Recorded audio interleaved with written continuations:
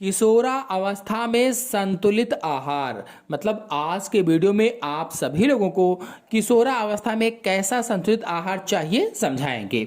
तो बाल्या अवस्था के बाद का काल किशोरा अवस्था कहलाता है।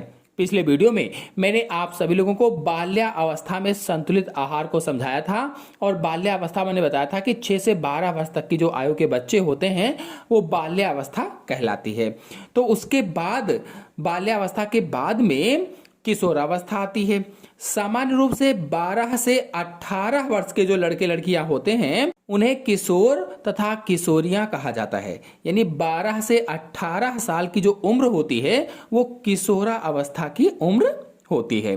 किशोरा अवस्था में इनमें तेजी से शारीरिक परिवर्तन होते हैं। जो किशोर होते हैं इनमें शरीर में परिवर्तन तेजी के साथ होते हैं। इस काल में आंतरिक तथा बाहरी दोनों प्रकार के ही परिवर्तन होते हैं। यानी आंतरिक चेंजेस तो होते ही हैं, साथ ही साथ बाह्य परिवर्तन भी होते हैं, बाह्य चेंजेस भी होते हैं। शरीर की अस्थियों में भी पर्याप्त परिवर्तन होता है और वे पहले से भी अधिक मजबूत बनती हैं। यानी जो हमारे शरीर की हड्डियां होती हैं उनमें भी चेंजेस अधिक होते हैं और अधिक मजबूत भी बनने लगती हैं। किशोरा अवस्था में लड़के तथा लड़कियों के शारीरिक संगठन एवं रचना में कुछ अंतर भी आते हैं। यानी कि जो किशोरावस्था होती है इसमें लड़के और लड़कियां जो होती हैं इनके शरीर का संगठन में अंतर होता है, यानी अलग अलग शरीर का संगठन होता है। अतः इस काल में उनके लिए पोषक तत्वों की आवश्यकता के अनुपात में अंतर भी आ जाता है।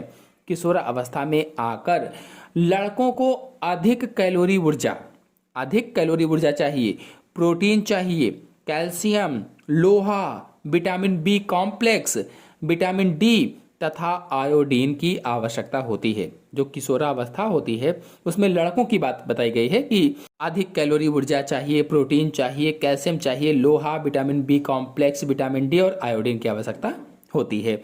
इससे शारीरिक वृद्धि, अस्थियों की मजबूती और उपापचय की क्रियाओं में विशेष सहायता मिलती है।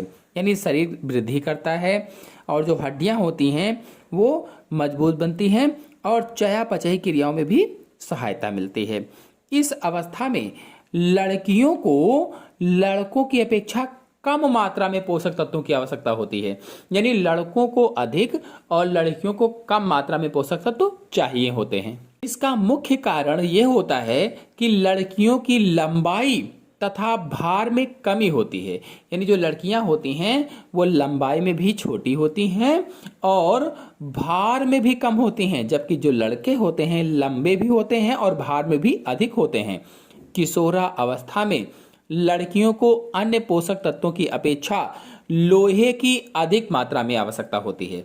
यानी जो लड़कियां होती हैं उनको अन्य पोषक तत्वों की तुलना की जाए तो लोहा अधिक चाहिए, यानी आयरन अधिक आवश्यकता होती है। इसके अतिरिक्त protein, vitamin C, vitamin D, vitamin B तथा कैल्शियम की उचित मात्रा भी ग्रहण करना अनिवार्य होता है। यदि किशोरा अवस्था में ही लड़की की शादी भी हो जाए और वह इसी काल में मां बन जाए तो उसका आहार अविवाहित किशोरी के आहार से भिन्न होना चाहिए। यानी जब शादी हो गई है और माँ भी बन गई है तो आहार बिल्कुल अलग हो जाएगा। गर्भवती किशोरी के लिए कैल्शियम के अतिरिक्त मात्रा की आवश्यकता होती है।